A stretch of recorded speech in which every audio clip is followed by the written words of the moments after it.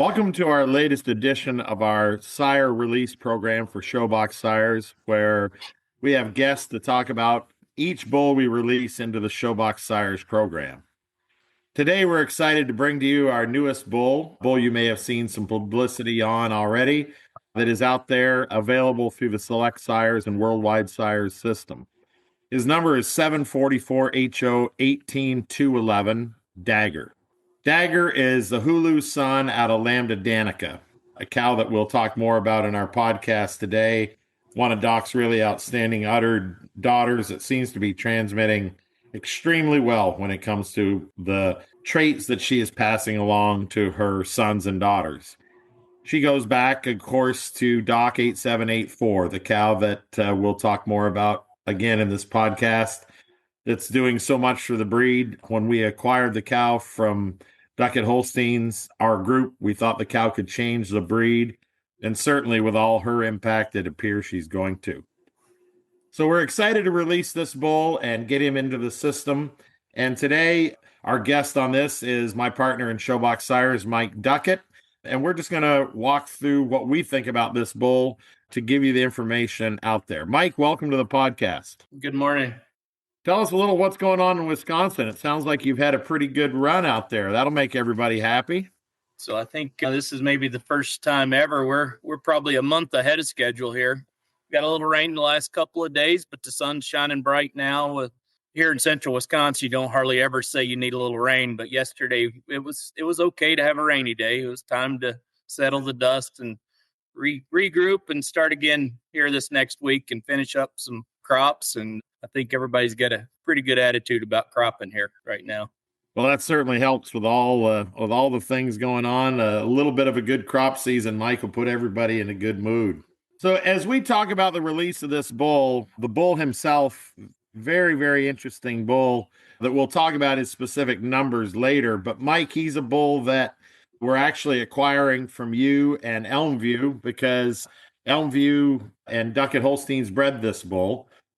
Tell us a little bit about the cow behind him, Danika.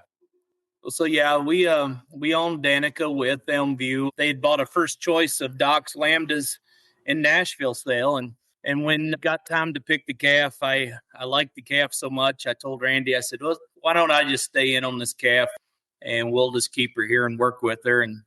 And she's certainly been a cow that has been into high demand for embryos, and we've had a couple of young bulls that come out and tested well, and then later we sold Danika to our group, and so she just keeps making money for all the new owners. And beautiful balanced cow that tremendous udder, cow that passing on her genomic and working out for all the people that's been involved with her. Well, the cow just went through a sale, and actually Adolf Langhout in the Netherlands acquired the cow. He's got several daughters at Doc that have done great for him, and he felt like this cow had a big future. Danika's bred back, right, and going to have a calf this winter, and I think her future's unlimited. She's not excellent yet, Mike, but don't you feel like that time will come? Like you said, she's due back. She went to Bud John to calve back in, and I feel it's a pretty easy bet that she'll be an excellent cow. And knowing Adolf, he's going to spread her genetics around the world, so it'll be good for him. Well, and interestingly, Mike, you mentioned how well this cow has bred. You know, we had a brother to this bull that was exceptional. That's why we went back and made this mating, and the brother had injured himself or something. Isn't that right? That's kind of how this whole thing went down. He was a year older than this bull. Yeah, so we had made a bull older that was pretty much identical to this one, other than he was RC. He was injured, and we had to do away with the bull, but pretty neat how consistent she passes these traits on, and minus the RC on this bull. Yeah, so obviously, we thought the bull brought enough great traits to the regular black and white business that we felt he was an absolute home run. One reason I like the mating of Hulu on Danika, after seeing her last week, Mike, she's an extreme dairy cow, but she's not tall, right? She's medium stature and extremely wide for her frame.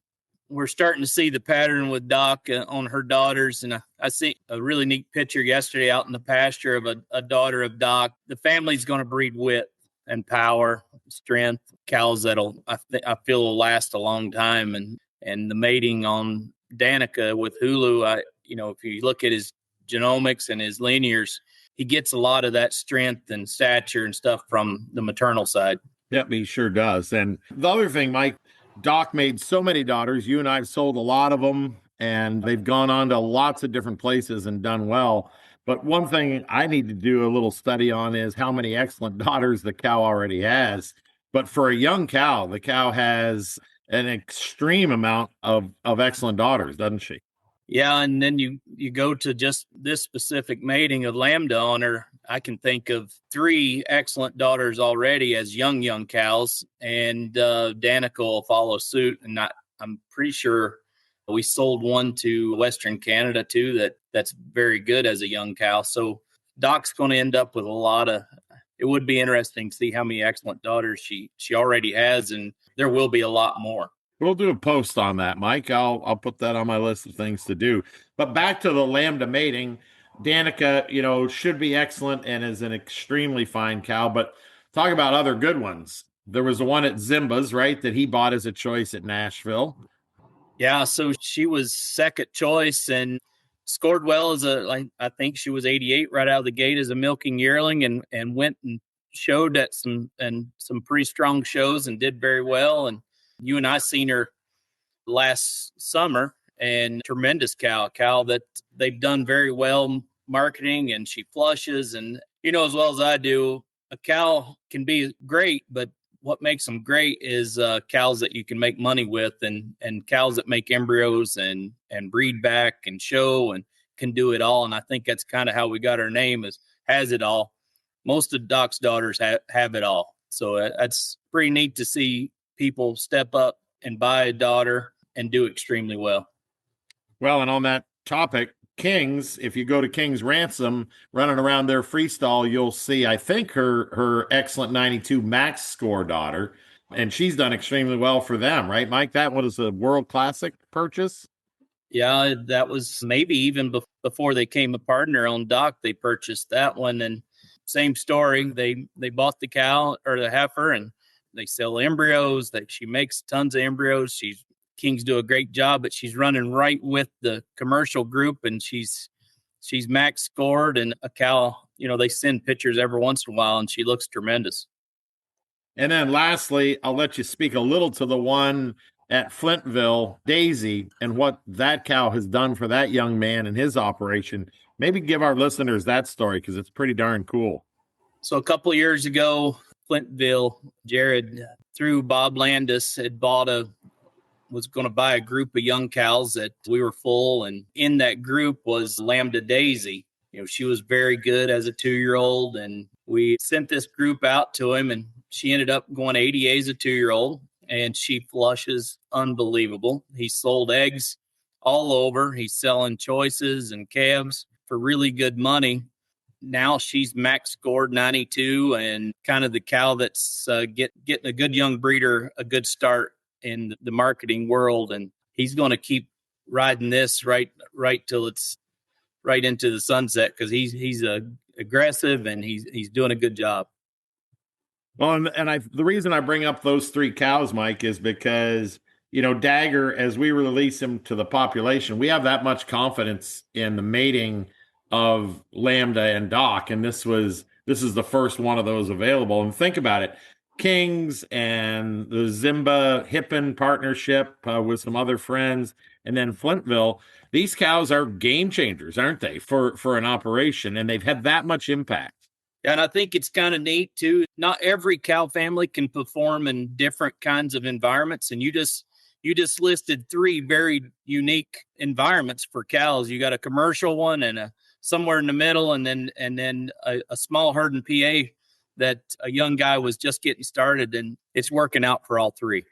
And back to, this cow family has it all.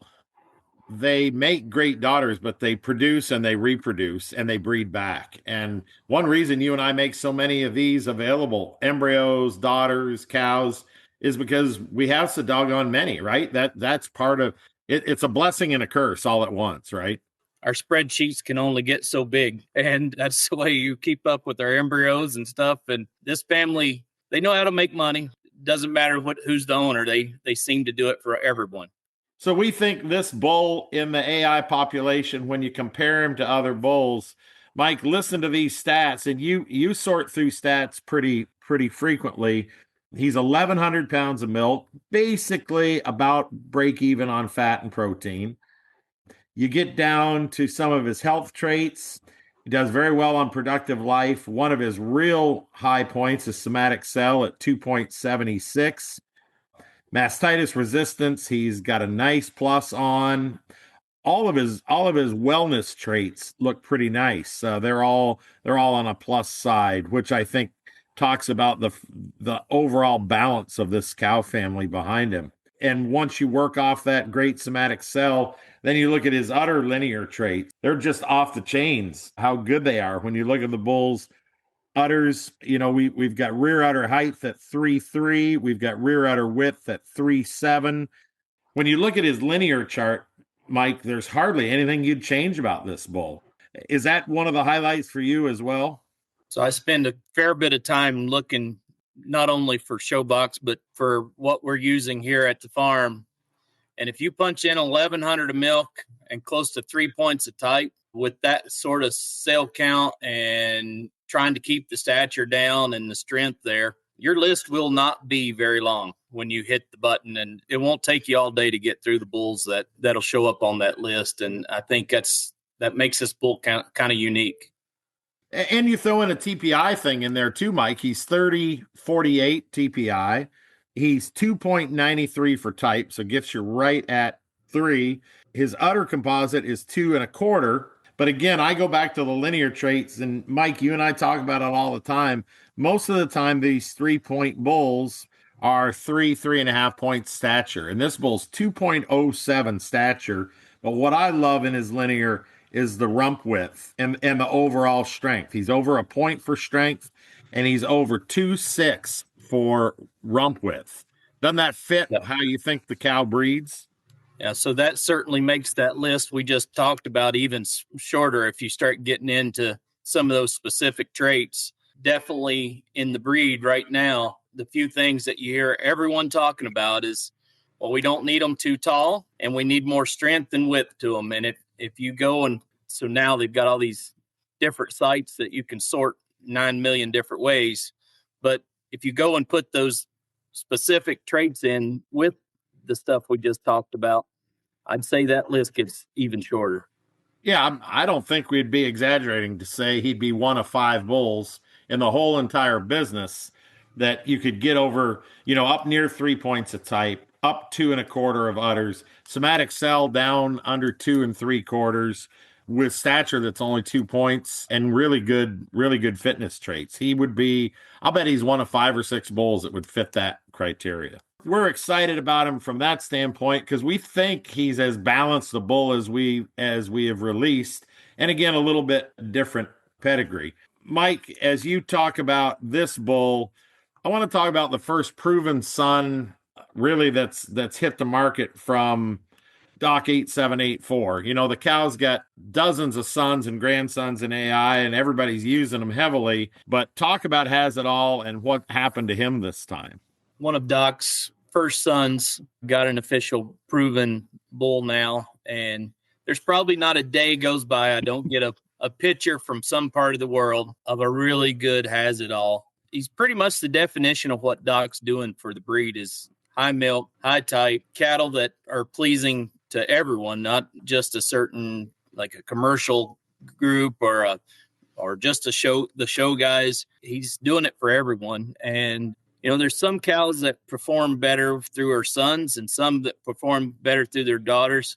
I think it's safe to say Doc's probably kind of unique because she's getting it done on both sides. Has It All. He's making customers around the world happy, and being the breeder of a bull like that, they come out and they get a lot of use. You just cross your fingers that he turns out. You want everybody to be happy with the stuff you bred. So I feel it's a win-win for us to have a special bull, but also for a bull that's customer satisfaction like he's been. That is exactly it. Everywhere, Mike, I've seen Has-It-Alls now in the United States, in Canada, in New Zealand, and in Australia, just this winter. And people love them. They're the best daughters. I remember I was at the Law Wall sale in New Zealand in April, and one of the best young cows to go through that ring was a fabulous uddered Has-It-All. Arjun said at that point, he's the perfect bull for us because they're medium sized, they're wide, they're strong, and you don't even know they're there until you look at how many good udders he's got, and he does it all. I guess the reason I bring him up is because Dagger and Has-It-All, their profile as young bulls looks almost identical, doesn't it? I mean, they're very balanced, very similar. Very similar.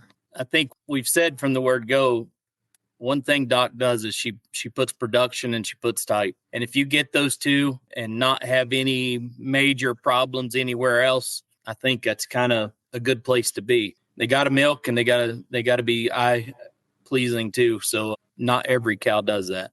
And the last piece, when people see the advertising and the flyers, Mike, we still take photos of all of our bulls, side shots and head shots.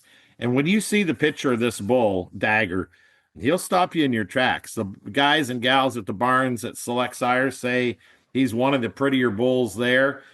When people look at the picture of the bull, he is kind of the epitome of what a bull should look like. I don't know if it matters anymore, but there was a day, Mike, when I used to love to go through the bull barns and look at the bulls because, it still makes a difference what the daughters look like.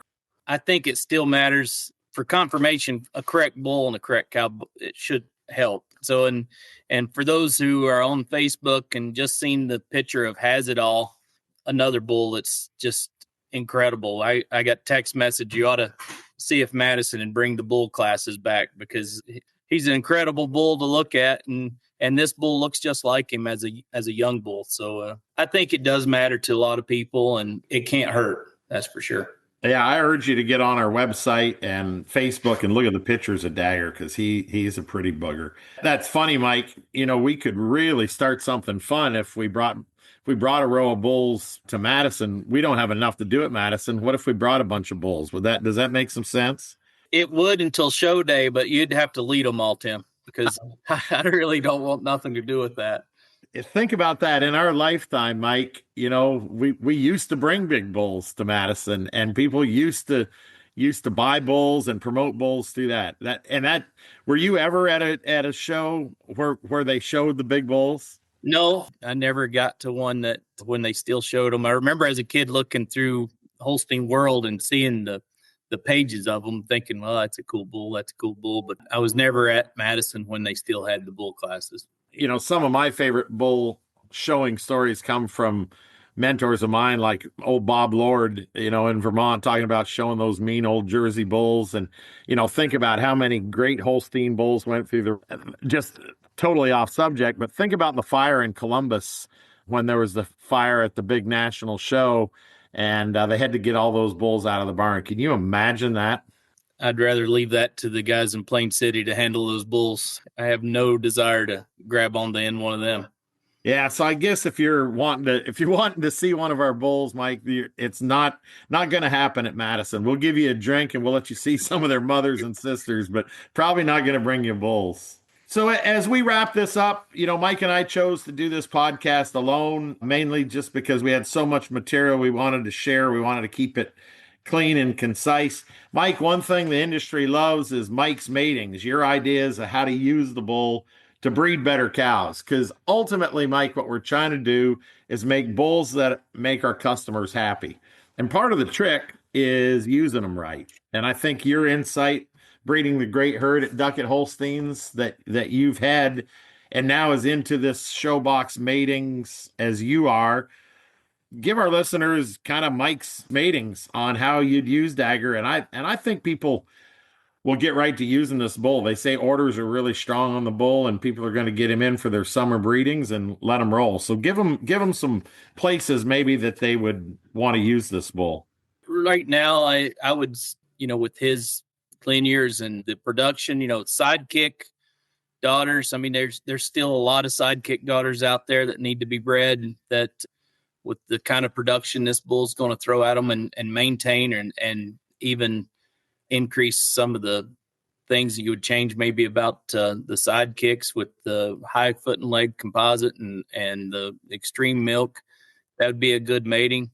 Master's been a bull that's gotten a lot of use, moderate the stature and add some fertility and wellness traits to that kind of a bull. I think that would be a good mating.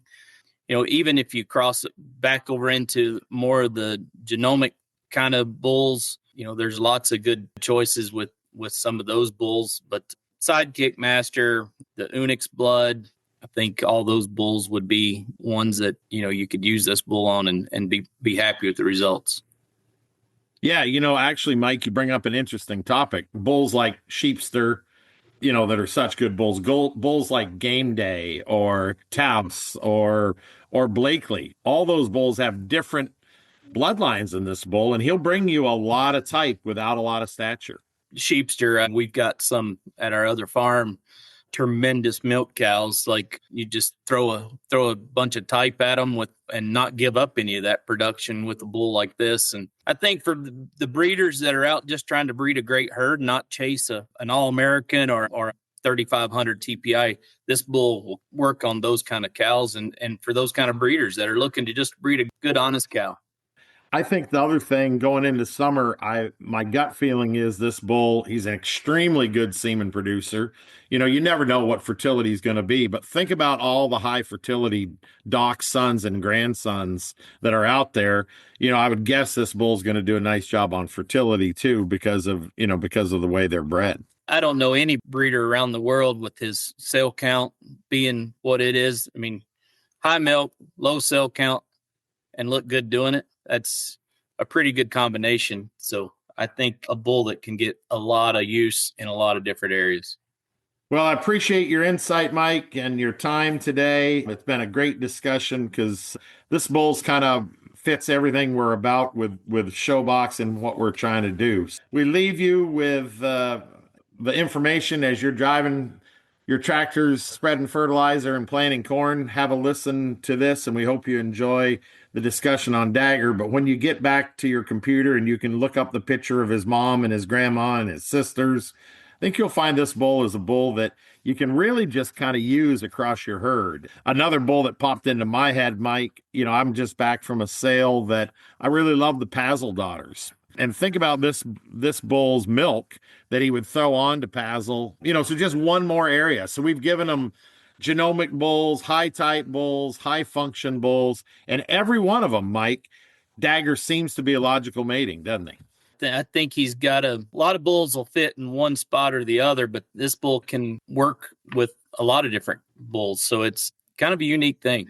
Well, we thank you for listening to this episode of the Showbox Sires series, The Evolution of the Great Cow, talking about the release of our next bull, 744HO18211, Dagger. He is the Hulu son of Lamba Danika from Doc 8784. He's over 3,000 for TPI. He's over 1,100 for milk.